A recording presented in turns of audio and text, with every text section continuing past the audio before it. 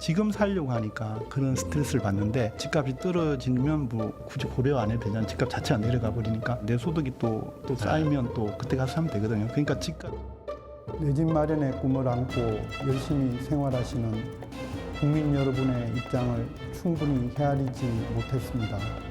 진심으로 사과드립니다. 2분짜리 유튜브 사과로 국민을 우롱하지 마시고 즉각 본인의 거취에 대해서 판단하시기 바랍니다. 국토부 차관이면 주택 정책을 책임지는 분인데 국민의 염장을 지르는 소리는 안 해요. 저는 그대로 간뒀으면 좋겠어요.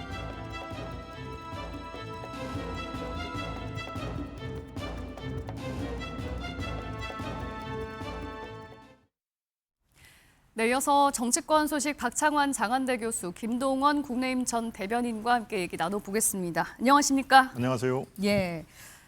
이번 주도 참 2015 부동산 대책 이후에 관련한 내용이 정치권을 뒤흔들었거든요. 굉장히 논란이 거셌습니다. 그 중심에 있던 이상경 국토부 차관이 결국에는 이제 사의를 표명했거든요. 전날까지 유튜브 영상으로 사과를 했는데 결국에는 물러났습니다. 네. 예상은 하셨습니까? 네, 이거는 버틸수록 정치적인 손해가 막심한 사안입니다. 일단 발언의 내용도 잘못됐지만 사람이 실수는 할 수 있습니다. 예. 본의 아니게 표현을 갖다가 잘못했을 수도 있다. 그래서 사과를 갖다가 제대로 했다면 여기까지는 안 왔을 텐데 사과의 형식과 내용도 좀 문제가 있었죠. 2분짜리 그것도 온라인 동영상으로 예. 이렇게 사과를 하고 내용도 마치 부인 탓인 것처럼 이렇게 하면서 이제 논란이 더 커졌고 예. 무엇보다도 본인은 정작 10월 15일 그 부동산 대책을 통해서 우리가 흔히 얘기하는 갭 투자 이걸 못하게 막아놨잖아요. 예. 근데 정작 본인은 작년에 거액의 부동산을 갭 투자로 산 게 밝혀지고 예. 이러다 보니까 이 상태에서 버티면은 버틸수록 소위 말해서 이재명 정부의 이 부동산 정책 내로남불 아니냐라고 하는 프레임에 스스로가 갇히게 되는 모양새가 가질 수밖에 없어요.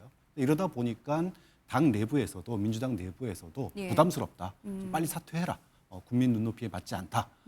정말 울고 싶은데 뺨 때려줄 사람이 딱 나타난 거죠. 예. 결국은 사퇴할 수밖에 없는 상황이었다. 이렇게 보고요. 예, 만약에 아까 그 유튜브 영상 사과가 굉장히 문제였다라고 네. 하셨는데 취재진 앞에서 기자회견 형식으로 사과를 했고 또 사과에 대한 내용도 부인 탓이 아니라 정말 솔직했었더라면 사태가 이 정도로 흐르진 않았을 거라고 보십니까? 그러니까 이제 후폭풍이 이 정도까지 남지는 않았을 거라는 거예요. 예를 들면 돈 모아서 집값 떨어지면 사면 된다. 이 네. 얘기도 10월 15일 부동산 대책에 대해서 물론 국민 특히 이제 수도권에 사시는 분들이 불편해하는 건 사실입니다. 예. 하지만 문재인 정부 때 그 수많은 부동산 대책에도 불구하고 수많은 젊은 사람들이 정말 영끌해가지고 샀던 네. 그 후폭풍이 아직도 이고 있잖아요.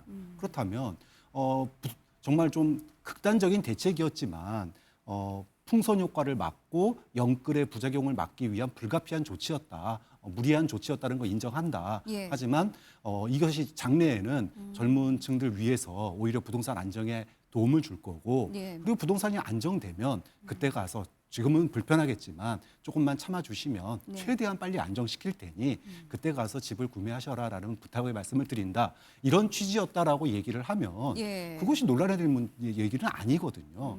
그리고 갭투자 같은 부분에 대해서는 그 부분에 대해서는 솔직하게 사과를 해야 되는 부분이고요. 예. 그럼으로 인해서 이 모든 것에 대해서 내가 책임지고 물러나겠다. 이랬으면 이재명 대통령이나 민주당에 대한 부담감은 상당히 낮춰주고 갈 수 있었는데 사실은 지금 이상경 전 차관이죠. 이제는 면직이 났습니다. 제가가 났기 때문에 네. 전 차관인데 좀 이재명 대통령에게도 부담을 남겼고 예. 또 민주당에게도 커다란 부담을 남긴 채로 본인만 빠져나가는 꼴이 돼버렸다. 이럴 수 있죠. 예.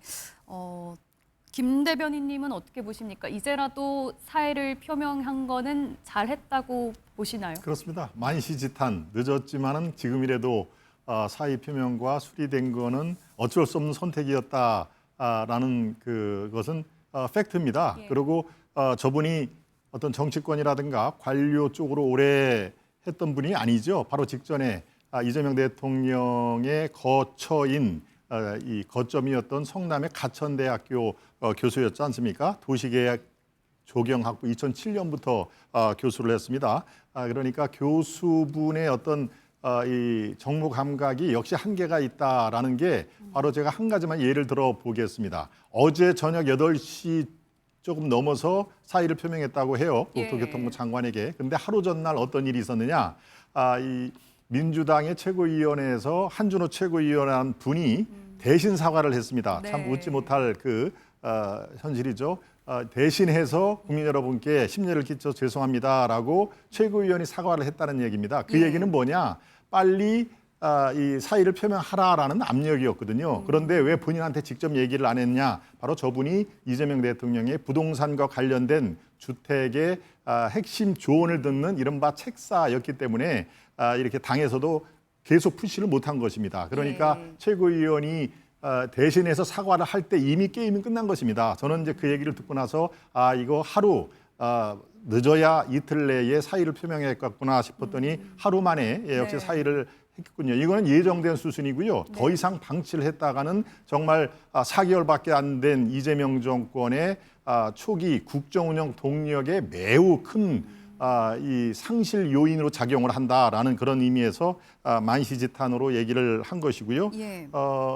일단 너무 기니까 여기까지만 먼저 드리겠습니다. 예, 알겠습니다.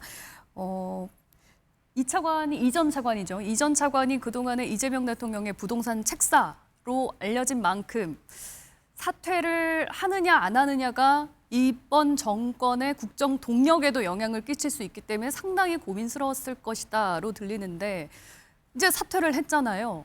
어떻게 보면 이번 부동산 대책의 문제점을 인정하는 것 아니냐 이런 시각도 있을 수 있거든요. 어떻게 보십니까? 근데 이제 그 부분은 조금 결이 다른 부분이 있는 것 같아요. 예. 그러니까 이제 이재명 대통령이 수요 억제로만은 부동산 문제를 풀 수 없다. 이거 후보 시절에 얘기 많이 했던 거예요. 그러다 보니까 균형 있는 부동산 정책이 나올 거다라고 하는 기대감이 좀 있었거든요. 네. 아직까지는 그런 균형 있는 부동산 정책을 내놓지는 않고 있어요. 수요 억제책 일반으로 나갔습니다. 네. 그러다가 지금 이제 10월 15일 강력한 부동산 초강력 대책이 나오고 나서 지금 이제 부동산 민심이 심상치 않으니까 예. 민주당 내부에서 재건축 초과이득 환수에 대해서 이제 완화하거나 폐지하는 걸 고민하면서 예. 공급 얘기도 나오고 있어요. 그런데 네네. 사실은 이 이상경 차관이 두 가지가 가장 대표적인 정책인데 하나는 부동산 불로소득을 갖다가 환수하는 쪽에 굉장한 무게를 실었던 분이에요. 예. 그리고 또 하나는 그 부동산을 재산 증식의 수단이 아니라 주거 용도로 봐서 공공개발을 통한 공급, 그러니까 우리가 흔히 얘기하는 공공주택, 소위 말하면 질 높은 공공주택을 대량으로 공급하는 데 무게를 두신 정책을 펼쳐왔거든요. 예. 이 부분에 있어서 부동산 정책은 저 계속 유지할 거라고 봅니다. 이재명 정부에서. 예. 이재명 대통령이 소신으로서 이제까지 가져왔던 부분과 궤를 같이 하는 부분이기 때문에 네. 저는 정책에 급격한 변화는 없을 거다. 다만 수요 억제와 공급 완화라고 하는 이 두 가지를 왔다 갔다 하게 되면은요. 결국은 기존의 부동산 그 시장, 특히 부동산이 폭등하고 거품 끼고 이랬던 것들이 풍선 효과로 막 누를 수가 없는 예. 이런 것들이 계속 저는 반복될 뿐이다. 결국은 프레임이 완전히 바뀌어야 되는데 예. 그러려면은 소위 세종시로 국회와 대통령실이 이전하고 난 다음에 강북을 어떻게 할 거냐.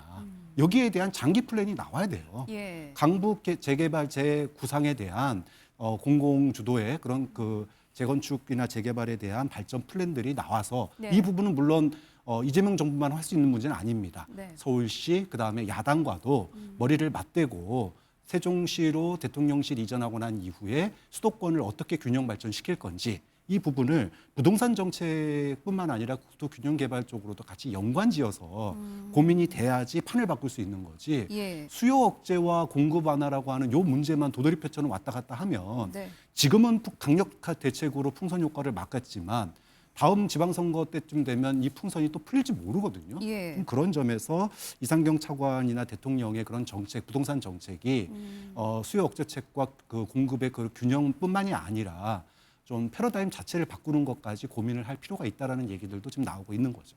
예. 패러다임을 바꿔야 한다. 그런데 지금 여권에서는요.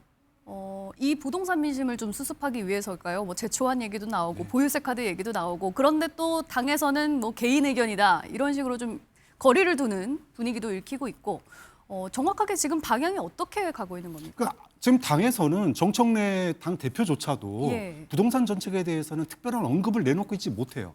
그러니까 내놓지 있지 못하는 이유는 네. 아까도 제가 말씀드렸지만 수요를 갖다가 억제한다고 부동산이 잡히냐 그렇지 않다라는 게 문재인 정부 때 드러났거든요. 예. 그렇다고 뭐 윤석열 정부나 과거 정부처럼 공급을 갖다가 수도권에 확대한다고 그래서 부동산이 잡히냐 그렇지도 않아요. 그러니까 내년 지방선거를 앞두고 예. 이게 잘못 그 말 한마디만 잘못 꺼내면 소위 부동산 민심의 어디로 부동산 가격이 떨어지면 떨어지는 대로 올라가면 네. 올라가는 대로 비판을 받을 수 있는 사안이거든요. 예. 그러다 보니까 소위 이른바 부자 몸조심에 들어간 상태인데 저는 이렇게 수동적인 대처 방식으로는 부동산의 이 성남 민심을 정면 돌파할 수 없다. 예. 어차피 민주당이 세종시로 대통령실 이전하기로 공약하지 않았습니까? 그리고 개헌하면은 그것도 관련해서 헌법 바꾸겠다고 그랬어요. 예. 그러니까 개헌, 그다음에 수도권의 부동산 그 소위 공적 개발, 그 균형 개발 이 부분까지 민주당과 대통령실이 머리를 맞대고 국민들에게 장기적인 그래서 지금이 아니라 예. 몇 년 더 기다리면 수도권에 안정적으로 공공주택을 들어가서 내가 노후의 삶을 살 수 있겠구나라고 하는 또 청년들에게는 저렴한 가격에 내가 살 수 있겠다라고 하는 희망과 꿈을 실어줄 필요가 있는데 예. 지금은 공급과 수요 여기서만 왔다 갔다 하면 결국은 청년들에게 또 국민들에게 부동산이 언제든지 다시 올라갈 수 있다라고 하는 예. 풍선 효과는 계속 이어질 거라고 하는 그 소위 부동산 불패신화 안에서 수동적으로 대응할 수밖에 없는 상황 아니냐 그런 점에서 제가 이제 부동산 대책에 있어서 좀 큰 틀 차원에서 장기적인 차원에서 접근해 볼 필요가 있다라는 말씀드리는 거죠. 예. 지금 나오고 있는 제초한 완화 혹은 폐지 관련해서는 사실 국민의힘에서는 굉장히 반가워하는 거 아닙니까? 그렇습니다. 공급 문제에서 지금 현재 이 공공기관 뭐 서울시라든지 정부가 갖고 있는 일단 땅이 있어야 될 거 아니겠습니까? 예. 땅이 이른바 부동산에 관한 한 호시절이었다라고 하는 노태우 대통령 시절의 분당 일산건설 이런 식으로 대규모 땅이 확보가 됐을 경우는 이게 가능한 일이지만 지금 현재는 그런 서울 인근에 찾기가 매우 힘듭니다. 그래서 나온 게 바로 재개발, 재건축을 활성화해야 된다라는 게 현재 서울시의 정책뿐만이 아니라 그게 거의 모범 사안으로 돼 있거든요. 예. 그런데 여기에 이 초과이익 환수제 어느 정도 8천만 원, 1인당 8천만 원의 이상 소득이 들면은 그 초과분에 대해서 반은 국가에서 환수를 하겠다라고 하는 예. 그런 정말 글쎄요, 이 자본주의 사회에서 사유재산제가 아예 명문화가 돼 있는 상황에서 이런 초발상적인 게 바로 부동산의 가장 큰 맹점 중에 하나입니다. 그런 예. 면에서 공급 대책이 우선되지 않은 그 부동산 정책은 지금 현재 이재명 그 정권 들어와서 큰 게 3번, 작은 거 포함하면 4번의 정책을 4개월 만에 서너 번의 굵직한 그 대책을 세워냈지만 어떻습니까? 지금 성공을 했나요? 문재인 정부 때는 어떻습니까? 28전 28패 아닙니까? 28번 이 부동산 대책에 나올 때마다 바로 부동산이 늘어졌는데요. 저는 딱 짧게 한 가지만 짚고 넘어가겠습니다. 우리의 대한민국 국민들이 3대 민감 이슈가 있습니다. 그중에 하나가 교육 문제고요. 하나가 군대 문제입니다. 마지막 3번째가 더 중요할 수가 있는 게 바로 부동산 문제가 있습니다. 이미 부동산 문제의 풍선이 이미 터졌다라고 저는 봅니다. 즉 네. 민감한 뇌관이 터졌다 하는 얘기입니다. 이 주식도 마찬가지지만 부동산은 특히 바로 심리가 굉장히 중요합니다. 우리 대한민국 국민으로서 시민으로서 어떤 심리, 부동산을 보는 그 시각이요. 바로 이재명 정부의 고위직, 바로 이 기재부 장관, 예. 또 뭡니까 금감위원장, 대통령실 정책실장, 제가 이 조남 얘기는 안 하겠습니다. 그리고 또 금감원장 다 어떻게 됐습니까? 다 갭 투자니 경매니 이런 걸로 서울의 노른자 아파트를 이미 갖고 있죠. 2채 갖고 있는 사람들은 나중에 조만간에 처리하겠습니다라고 얘기를 하니까 처리가 어떤 뜻입니까?라고 하니까 이 매각이 아니라 자녀한테 증여를 하겠습니다라고 얘기를 합니다. 국민들은 그걸 보고 대한민국의 부동산 특히 서울이나 수도권은 오를 수밖에 없구나라는 그 심리전에 이미 회의를 안 합니다. 의심을 안 한다는 얘기죠. 그러니까 부동산 값은 콩으로 매주를 쓴다고 해도 바로 저렇게 사회 지도층 인사가 내로남불식의 저 주택 지금 화면에 나오는 토지 총괄 이 정책 위반자의 어떤 그 내로남불 이런 걸로 봐서 이게 앞으로도 계속 이 정권에서는 오르겠구나라고 하는 상황에서 잡힐 수가 없다라고 하는 그런 심리전에서 이미 패한 상태로 이재명 정부가 매우 좀 어려운 상황으로 끌려 들어갔다. 저는 그렇게 판단하고 있습니다. 예, 그런 상황에서 국민의힘에서는 지금 공급책이 필요하다, 재건축 완화를 계속 주장할 수밖에 없다라는 네. 입장이시고 이상경 전 차관이 사퇴를 했음에도 정치권에서는 공방이 여전합니다. 민주당에서는 국민의힘 장동혁 대표를 향해서 비난의 화살을 돌렸고 장동혁 대표는 오늘 오전에 또 입장을 냈는데요. 관련 영상 보시고 얘기해 보겠습니다. 민주당이 지적하는 아파트 4채를 합한 가격이 6억 6천 정도 됩니다. 제가 가지고 있는 주택 모두 다, 토지까지 모두 다 김병기 원내대표님 가지고 계신 장미 아파트 한 채와 제가 바꿀 용의가 있습니다. 이재명 대통령이 가지고 있는 분당 아파트 한 채와 바꿀 용의가 있습니다. 등기 비용, 세금까지 제가 다 부담하겠습니다.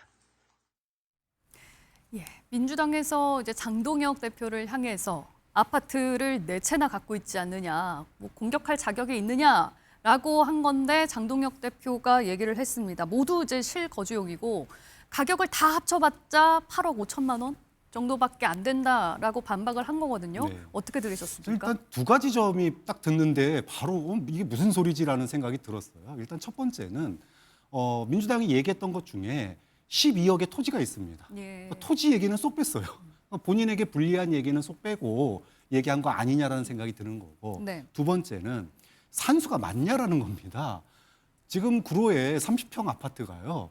아무리 못해도 7억입니다. 예. 그런데 평균 가격 7, 8억이 넘어가는데 4채를 합쳐가지고 6억 6천? 그러면 도대체 이게 갭 투자도 아니고 갭 보유입니까? 도대체 어떻게 계산해야 아무리 지방이라고 하지만 예. 한 채에 5천만 원 되는 아파트는 별로 없거든요. 예. 그렇게 본다면 도대체 이 계산법은 어디서 나온 계산법인지 뭐 월요일 날 이제 기자들이 취재에 들어가면 좀 다른 내용이 더 나올지 모르겠습니다만은 좀 어쨌든 일단 장동혁 대표의 해명이 뭐 8억 다 합쳐서 8억 중반대인데 예. 이거 뭐 결국은 김병기 원내대표 아파트랑 바꾸자 뭐 이렇게 이재명 대통령이랑 바꾸자 이렇게 역공을 펼쳤어요. 네네.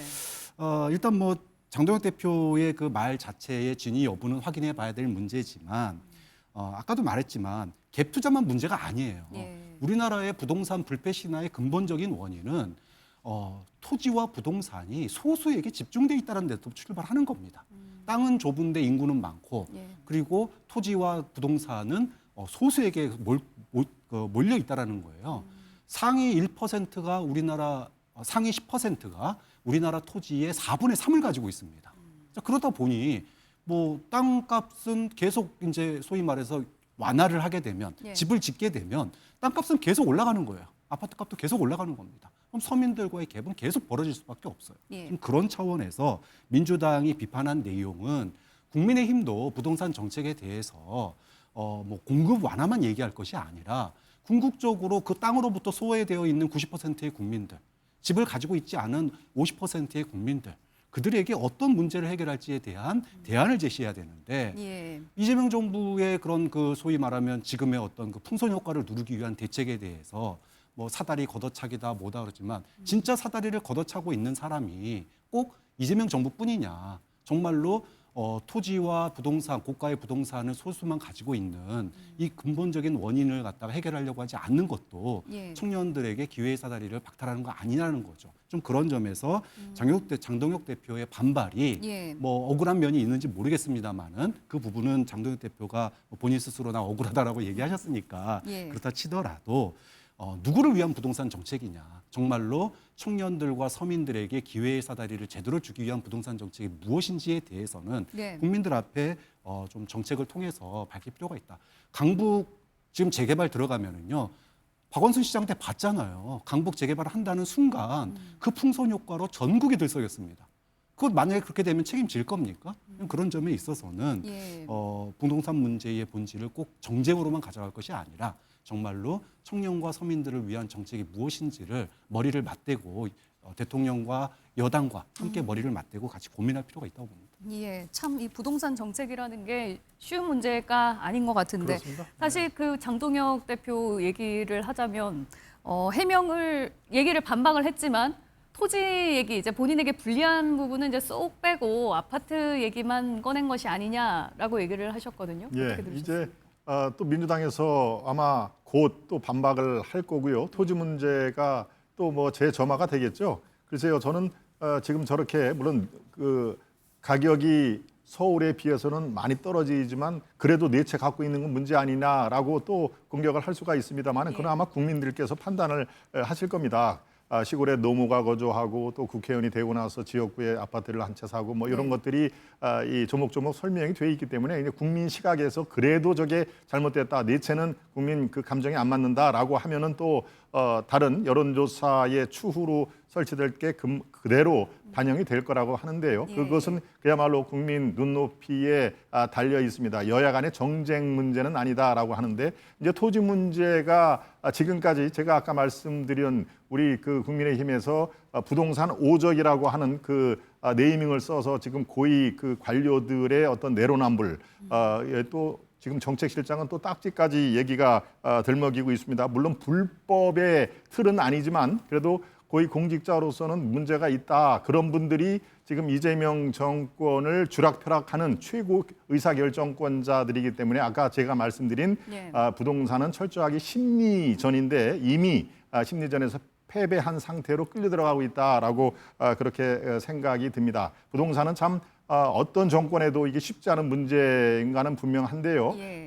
이 부동산이 왜 바로 이른바 좌파 정권, 그들이 좋아하는 이제 진보 정권은 그들이 좋아하는 용어입니다만은 이른바 좌파 정권이든 뭐 진보 정권이든 왜 부동산 가격이 이 정권만 들어서면 저렇게 다른 때보다도 더 치솟는데 이 아주 익숙하냐라고 하면은 부동산 거래를 투기로 보는 그 시각에 일정 부분 원인이 있습니다. 그러니까 바로 박원순 시장이라든가 이런 분들이 다 재개발, 재건축을 일단 스톱라고 하는 것이죠. 부동산이 거래가 되고 공급이 확대돼야 숨통이 튀는데 일단 그것을 투기 세력으로 이 모는 그 시각 자체를 이미 조금 교정을 해야 된다. 앞으로 숙제가 많이 남았다라는 말씀으로 제가 대신하겠습니다. 예.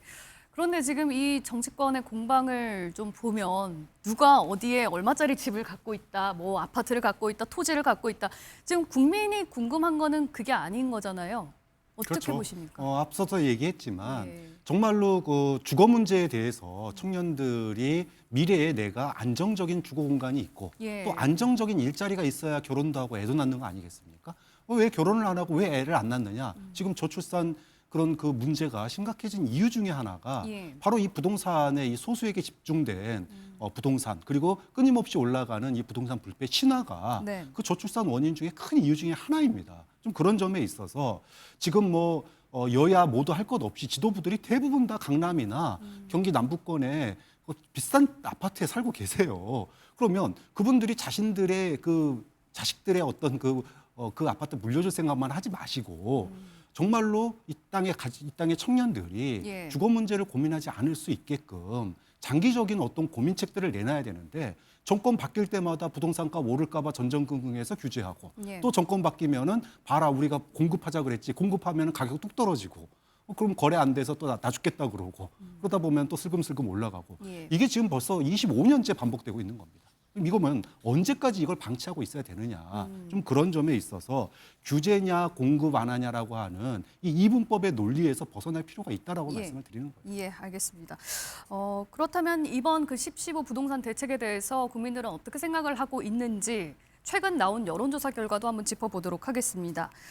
적절하다가 37%, 적절하지 않다가 44%, 적절하지 않다라는 의견이 조금 더 높게 나왔습니다. 워낙 요새 부동산 민심에 대한 얘기가 많이 나오다 보니까 부정적인 여론이 더 높을 거라는 건 충분히 예상이 되는데 또 대통령의 지지율이 나왔거든요. 이재명 대통령의 국정 지지율 함께 보실까요? 지난주보다 2%포인트 오히려 올랐습니다. 56%로 조사가 됐거든요. 부동산 정책에 대해서는 부적절하다는 여론이 많은데 오히려 대통령의 지지율은 조금 올랐다. 이 부분은 어떻게 해석을 해야 될까요? 저는 이제 이재명 대통령의 지금 56%에는 기대감도 전 들어가 있다고 봐요. 그러니까 기대감이라고 하는 건 뭐냐면 지금 이제 우리가 곧 트럼프가 와서 통상 협상이 마무리가 될지 안 될지 굉장히 29일 날 벌어질 한미 정상회담에 신경을 많이 쓰고 또 신경을 곤두서고 있는데 예. 근데 그 부분은 우리가 전체 먹고 살 문제, 한미 통상이라고 하는 문제가 걸려 있습니다. 예. 관세 협상이 걸려 있고 거기에 대해서 이재명 대통령이 일본처럼 끌려가는 게 아니라 정말로 국익을 지키는 협상을 하겠다. 여기에 대해서 많은 국민들이 지지를 보내고 있고요. 예. 아직 끝나지 않고 협상이 이렇게 3개월째 지지부진함에도 불구하고 이렇게 56%의 지지율이 나온다는 거는 이재명 대통령의 방향성과 그리고 그거에 대한 기대감이 저는 반영돼 있다. 예. 다만 하나하나 세부적으로 들어갔을 때는 부동산 문제 이런 부분들에 있어서는 못마땅한 면이 있을 수 있죠. 예. 하지만 또 많은 국민들이 문재인 정부 때처럼 정말로 그 정책의 신뢰가 잃어버리고 끊임없이 부동산 가격이 상승한 걸 원하지를 않아요. 예. 이제 그러다 보니까 일단 내가 사고 싶은데 못 사게 허가를 맡아야 된다라고 하는 부분에 대해서는 당연히 거부감을 가질 수밖에 없죠. 하지만 이것이 미칠 여파가 굉장히 크기 때문에 예. 일단은 못마땅하다. 하지만 참는다. 예. 왜? 지금은 나라 전체의 먹거리도 봐야 되고 그리고 앞으로 지금 부동산 정책이라는 게 많이 실제로 그 준비되어 있는 정책들이 아직 나오지 않았거든요. 그런 점에 있어서는 지켜본다라고 하는 게 있지만 예. 그럼에도 불구하고 만약에 이것이 제대로 진화가 되지 않는다면 이제 소위 선거를 준비하고 있는 지방선거 내년 지방선거를 준비하고 있는 선수들에게는 예. 피부로 와닿는 거죠. 이거 민주당에게 일방적으로 유리한 판일 줄 알았는데 서울에서는 이거 쉽지 않겠는데 이런 게 나오다 보니까 민주당 내부에서도 굉장히 불안감이 조금 올라가고 있는 그런 여론조사 내용이다 이렇게 볼 수 있는 거예요. 예, 일단은 앞으로의 기대감이 반영됐기 때문에 대통령과 또 여당의 지지율도 지금 좀 같이 오르고 있는 모습인데 어떻게 보십니까? 국민의힘은 그대로예요. 네. 그거에 대해서는 참 죄송하다는 말씀을 일단 드립니다. 예. 저 민주당을 이탈한 그 분들이 또 이재명 정권의 정책이라든가 이런 거 실망한 분들이 일단 이쪽 세력도 아닌가 보다라고 하는 분들이 바로 국민의힘 지지로 돌아서지는 않습니다. 그는 예. 뭐 여론조사에 시간을 들여서 이렇게 쭉 살펴보면요. 일단 그런 분들은 부동층으로 올라갑니다. 또는 무당층으로 일단 그 상태가 옆으로 빠져나와서 관망을 하죠. 그런 다음에 이제 이 대항마라고 할 수 있는 제1야당을 하는 것을 보고 그래도 열심히 하네 괜찮네라고 판단이 들 때 바로 이제 선택을 하는 거거든요. 그러니까 시간이 걸린다. 이재명 정부에 실망한 분들이 바로 국민의힘으로 갈아타는 것은 시간이 걸린다라는 것이 여론조사의 지금까지 추세의 가장 기본이고요. 저는 지금 이재명 정권, 그 국정운영에 저렇게 소폭 상승을 하고 하는 거에 기대감이 반영돼 있다라는 것에 부분적으로 동의를 합니다만은 아주 냉정하게 따져서 예. 저거는 최근 증시 상승과 아주 밀접하게 연관이 돼 있다라고 생각이 주식 듭니다. 코스피 그렇습니다. 오른 것 자기 때문에요? 주머니에 돈이 들어오면은 그 돈이 어떤 분한테 받았든 아니면 어떤 제도에 의해서 돈이 들어왔든 간에 그 고마울 수밖에 없는 거거든요. 특히 주식 같은 경우는 사고 파는데 하루면 됩니다. 그래서 바로 자기 주머니에 돈이 들어오는데 상당한 신속할 수가 있죠. 평균적으로 1,000만 원을 투자를 하면은 이재명 정부 4개월 동안에 한 25% 정도 평균적으로 수익을 올렸다는 거 아닙니까? 그러면은 대략 한 250에서 300 정도의 수익이 생겼기 때문에 예. 저것은 이 정부에 대해서 긍정적인 시각으로 보는 그 시각이 강하다 하는 얘기입니다. 그러니까 증시에 지금 화랑장하고 이재명 국정운영 지지도하고는 매우 밀접하게 연관이 돼 있다. 그런데 부동산 같은 경우는 시간이 걸립니다. 최소한도 서너 달이 지난 다음에야 효과가 이 긍정 아니면 부정 이익이 판단이 들기 때문에 이것은 시간이 걸릴 수밖에 없습니다. 예. 예컨대 44%가 적절하지 않다고 얘기를 지금 하셨죠. 무려 7%포인트가 차이가 나는 것은 이건 굉장히 큰 차이입니다. 그러니까 바로 실망하고 이재명 정부의 부동산 대책 저거 적절하지 않다라고 하는 부분들이 상당 부분 더 이탈을 할 것이다. 그래서 부동층이나 중도층에 머물렀다가 다시 그 대안 세력인 야당으로 이 여론조사에서 찍을 확률은 시간이 좀 걸린다라는 면에서 제가 분석을 드리고요. 지금 당장 저렇게 횡보를 하는 국민의힘 지지율에 대해서는 글쎄요, 이 당을 대변하는 역할을 했던 사람으로서 예. 저는 참 송구합니다. 더 열심히 하라는 그런 채찍으로 생각을 하겠습니다. 예, 알겠습니다. 늦게 반영되는 부동산 민심의 특성상 앞으로 뭐 2개월, 3개월 후에 또 어떻게 추세가 흐를지 좀 지켜보도록 하겠습니다.